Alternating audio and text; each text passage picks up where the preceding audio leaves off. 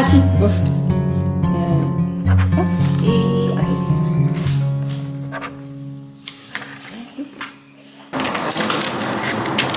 Gracias.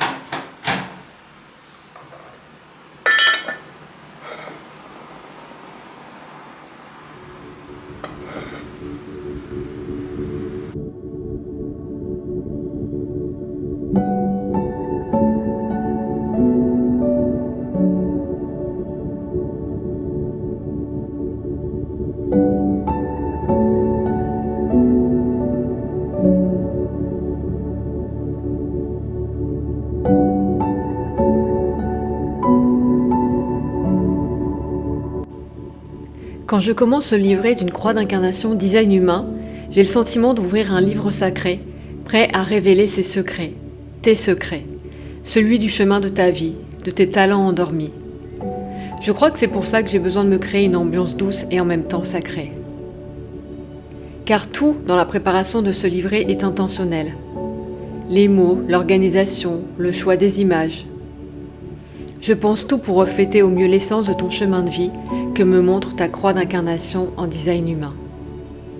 Pour qu'elle résonne en toi. Pour qu'elle t'ouvre ses portes restées fermées bien trop longtemps. Pour qu'elle te montre le chemin de ton âme. En fait, je pourrais trouver encore plein d'autres façons de le nommer, mais quelque part, ce que je souhaite, c'est que tu oses ce que tu n'osais pas jusqu'ici. Que tu fasses confiance à tes ressentis. Que tu te sentes véritablement à ta place à adorer ce que tu fais chaque jour. Que tu te sentes libre. Parce que c'est ce que la croix d'incarnation a ouvert pour moi, et c'est mon souhait pour toi, même si je ne peux pas savoir où elle te mènera.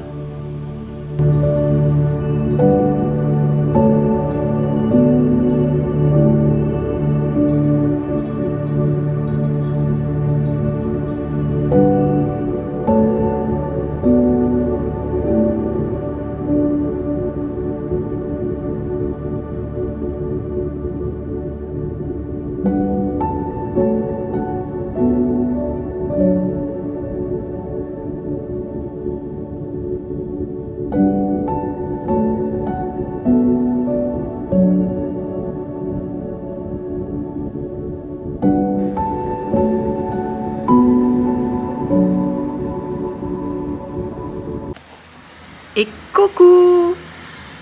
Oh, cette tête. Alors, je suis contente parce qu'aujourd'hui, j'ai eu plein d'idées. J'ai eu 2-3 idées en fait pour... c'est plus des réels d'ailleurs, enfin des réels ou des shorts, des vidéos courtes. Mais du coup, ça me faisait penser à ce que justement je vous disais la semaine dernière.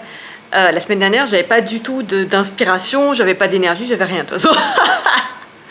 Mais vraiment, c'est d'ailleurs le design humain et les clés génétiques qui m'ont permis de comprendre mon fonctionnement et du coup de me foutre la paix quelque part. Et d'accepter que mon inspiration elle va être inconstante et que quand c'est pas là, si je force avec le mental, eh bien en fait je galère, ça a du mal à venir, et 2, je sens que c'est pas ok parce que je sens que c'est pas inspiré, que c'est pas venu tout seul, que c'est pas facile, que je suis en train de chercher à tirer quelque chose qui n'est pas là. Et là par exemple c'est venu tout seul en fait, tac tac tac, il y a plein de trucs qui sont venus, j'ai noté, et en réalité une fois qu'on comprend ça et qu'on expérimente ça, je pense que ça aide vraiment à juste accepter que on fonctionne déjà tous différemment et accepter que il y a des phases où il n'y a pas. Et ça dure pas plus, parce que plus on accepte qu'il n'y a pas, et moins ça dure aussi. C'est souvent aussi quand on est en résistance que finalement on se coupe un peu du vrai flux de notre inspiration. Et alors c'est sûr que ça plaît pas à tous les algorithmes, notamment l'algorithme d'Instagram. Je ne suis pas sûre que ça lui plaise beaucoup, mais je m'en fous. J'ai décidé de croire que les personnes qui devaient voir mon contenu le verront d'une manière ou d'une autre, qu'importe ce que l'algorithme veut pousser ou pas. Donc c'est clair que mon compte Instagram, je ne sais pas de quand date ma dernière publication, c'était pas non plus il y a des mois, hein, mais je suis beaucoup moins régulière dessus. Donc je sais que l'algorithme me favorise pas forcément. Mais j'ai décidé que je m'en foutais. Parce que je vois bien que pour moi, je suis beaucoup plus en joie et je suis beaucoup plus épanouie, beaucoup plus alignée avec ce que je produis comme contenu quand je laisse ce flux agir et donc lui faire confiance quand il est là et accepter quand il n'est pas là, plutôt que d'essayer de forcer quand il n'est pas là. Donc, voilà. Conclusion, je préfère m'écouter, écouter mon inspiration que écouter des règles dictées par l'extérieur et faire confiance à quelque chose de plus grand et faire confiance que du coup, les personnes qui doivent voir mon contenu le verront. Et se détacher en fait de ces règles et de ce jeu des algorithmes, parce que si on rentre là-dedans et qu'on force les choses, ça ne fonctionne pas, ça fonctionne pas mieux en réalité, de toute façon. Et ça, c'est aussi important de le comprendre, c'est-à-dire que de toute façon, si on force et si on essaie, alors que c'est pas là, ça fonctionnera pas mieux. Donc je préfère laisser mon flux d'inspiration être là quand il est là et noter les idées quand elles sont là. Et de toute façon, je peux aussi, du coup, les publier ou les produire au moment où j'ai moins d'idées ou au moment où j'ai peut-être moins d'énergie, tout simplement. Mais vraiment, j'ai appris à me réconcilier avec ça et du coup, je voulais vraiment vous partager ça parce que je pense que c'est important, parce que c'est aussi le design humain et les clés génétiques qui m'ont permis de comprendre ça et de me réconcilier avec ça. Et ce que je dis là, en fait, c'est vraiment valable pour, alors notamment les centres couronnes, donc le centre énergétique qui est tout en haut sur ton profil de design humain, on l'appelle le centre couronne. Quand il est blanc, donc on dit qu'il est non défini, clairement, ton inspiration, elle est inconstante. Et donc, il y a des fois où ça va être là.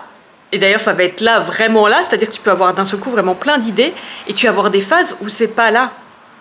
Et donc, c'est d'autant plus vrai quand tu as ce centre en fait qui est blanc. Alors, je ne sais plus, j'ai plus les pourcentages en tête, mais je crois quand même que c'est plus de 50% qui ont ce centre blanc, donc ça va peut-être te parler. Moi, c'est mon cas, du coup. Et maintenant, je comprends vraiment en fait son fonctionnement et je comprends que c'est inconstant, c'est ça, c'est accepter l'inconstance en fait de l'inspiration. Donc quand on n'a pas d'inspiration, on avait déjà des inspirations passées qu'on peut utiliser maintenant, soit on n'avait pas et on n'avait pas et en fait ça dure pas en fait éternellement, justement. Ça passe et ça revient, ça part, ça revient, ça part, ça revient.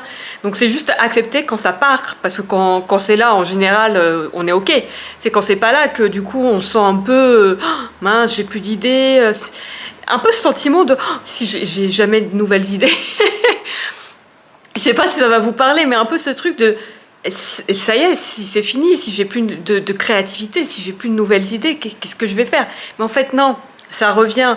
Donc une fois juste qu'on le vit, qu'on accepte ces phases-là, franchement, on se sent beaucoup mieux.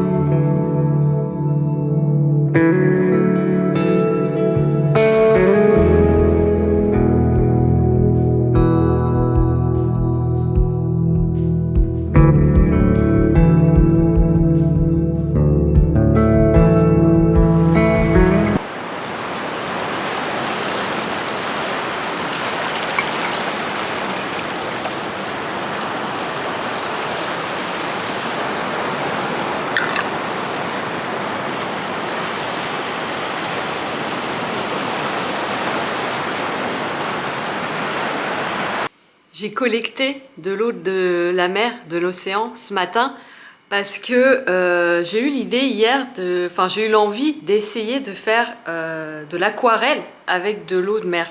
J'ai aucune idée de ce que ça peut donner. J'ai regardé un peu sur internet mais j'ai pas forcément trouvé beaucoup d'informations donc je me suis dit que j'allais tester. Je sais que le sel peut avoir une action en fait sur la peinture donc je vais tester et je vais voir le résultat. Et en fait, j'avais vraiment envie d'essayer de faire mes illustrations avec de l'eau de l'océan parce que ça donne, je trouve, une toute autre dimension à l'illustration et à l'aquarelle. Là, il y a du coup toute la puissance de l'océan Atlantique. Et ouais, c'est mettre un peu aussi d'ici et un peu de l'océan dans mes illustrations. Je trouve ça trop chouette en fait. Et je sais pas du tout ce que ça va donner. J'espère que ça peut fonctionner parce que j'aime beaucoup l'idée. Et vraiment, je trouve que voilà, ouais, ça donne une autre dimension.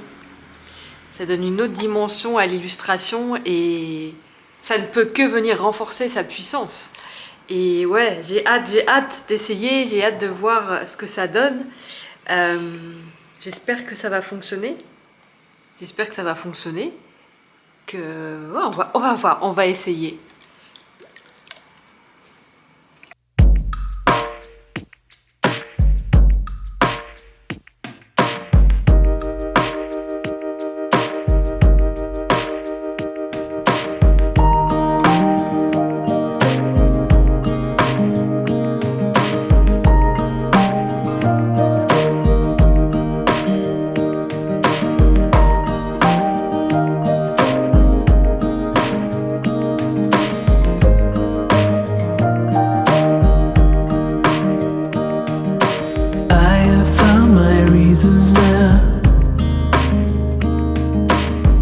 My burdens left behind.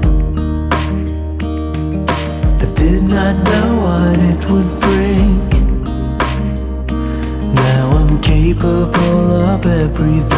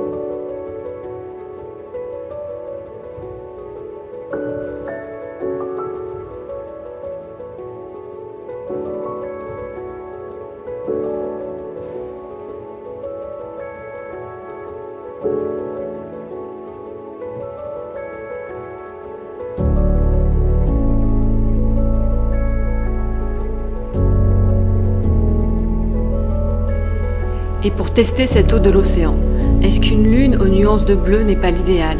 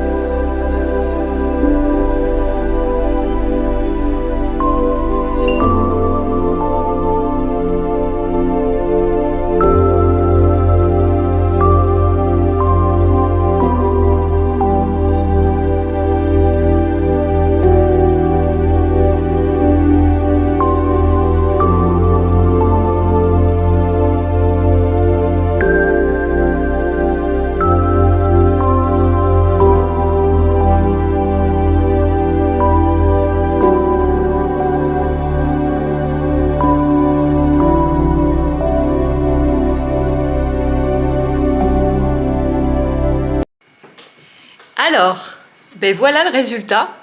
Franchement, je suis plutôt contente. Je trouve que ouais, ça donne un bel effet. Pour l'instant, je vois pas forcément l'effet du sel en soi, mais du coup, je vais attendre voir aussi avec le temps, voir si ça change en fait. Est-ce que ça a un impact sur le temps ou est-ce que ça reste comme ça? Mais voilà, ma première aquarelle à l'eau de mer, à l'eau de l'océan. Trop bien. Et voilà, j'ai commencé les finitions, il me reste quelques finitions à faire, mais il y a aussi un truc que je voulais changer sur l'illustration. De base, alors attendez, il faut que je vous en montre une. De base, sur l'illustration que je propose, en fait, je mettais en haut le type de ton design humain, donc projecteur, générateur, etc. Et en dessous, je mettais ton prénom et ta date de naissance. Et en fait, ça, je vais changer. Tout simplement parce que, alors déjà, je suis pas super fan de mon écriture encore. J'ai pas vraiment testé la calligraphie et j'ai toujours l'impression que ça vient comme... quel mot je pourrais trouver? J'ai l'impression que ça vient un peu comme un... Comment on dit? Un cheveu sur la soupe. Et donc, en fait, ce que je me suis dit, c'est que ton type, ton prénom et ta date de naissance, je vais les mettre derrière en fait l'illustration, tout simplement. Parce que, normalement, si tu commandes ton illustration Human Design, c'est que tu sais aussi ton type. Et puis, ton prénom et ta date de naissance, je pense que tu les connais bien. Et je trouve que, en fait, ça permet aussi d'avoir, tu vois, si tu veux mettre ça dans ton salon, dans ton bureau, enfin, peu importe, ça permet que toi seul sache en fait dans un premier temps de quoi il s'agit, alors que s'il y a tout de suite ton prénom, ta date de naissance, on se doute que ça a un rapport avec ça, même si on ne sait pas ce que c'est par exemple. Mais j'aime bien le fait que ça soit derrière l'illustration et que au premier abord en fait il n'y a que toi qui sache qu'est-ce que c'est, qu'est-ce que cache donc cette illustration, tu vois, il n'y a pas d'indice, il n'y a pas ton nom, ta date de naissance, ton type, il n'y a pas d'indice, tout est derrière. Et au premier coup d'œil, en fait, tu as juste l'illustration. Et c'est toi qui connais le mystère de l'illustration. donc voilà, là je vais faire les quelques finitions qui restent, mais du coup je me suis dit, alors c'est un prototype, puisque je voulais essayer l'eau de mer, du coup l'eau de l'océan, voir ce que ça donnait avec de l'eau salée. Maintenant, je vais écrire le type et ton prénom et ta date de naissance derrière, en fait, au dos de l'illustration.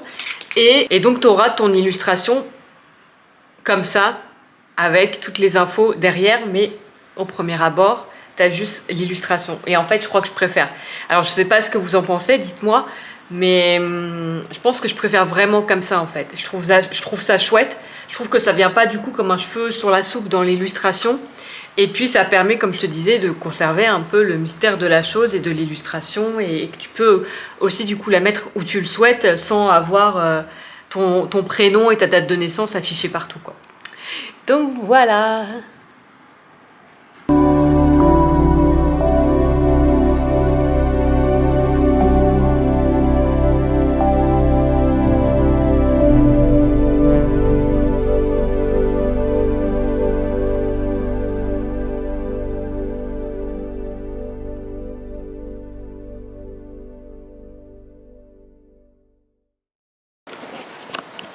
La pluie est arrivée et avec elle, un peu de fraîcheur.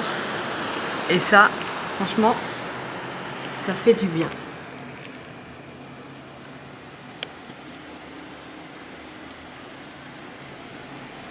Et l'autre raison pour laquelle je suis contente, c'est que du coup, je peux mettre mes petites lumières. Et ça faisait un moment que je pouvais pas les mettre parce qu'avec un grand soleil ou une forte luminosité, ça n'a pas de sens. Et là, c'est l'atmosphère parfaite pour moi. Et voilà. Faut pas grand chose pour être heureuse.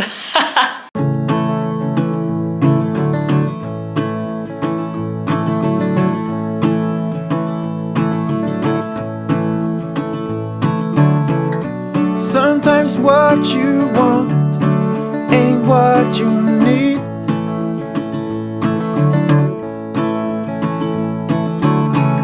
Sometimes letting go can make your heart bleed.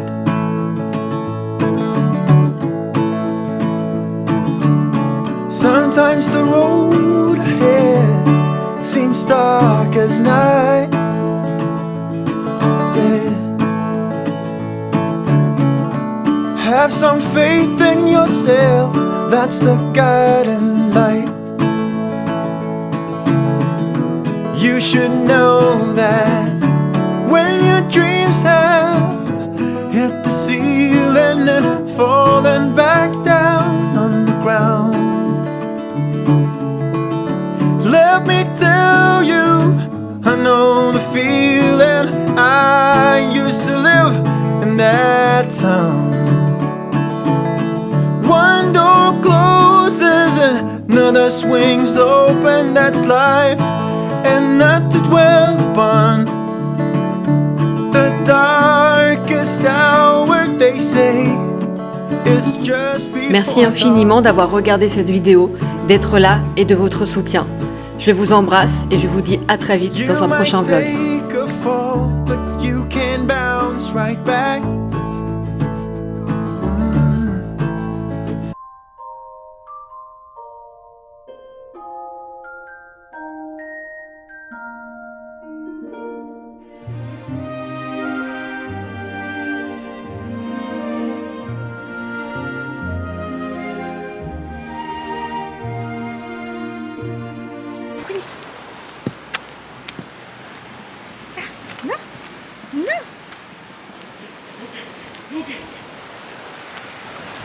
Todo bien, todo bien, todo bien.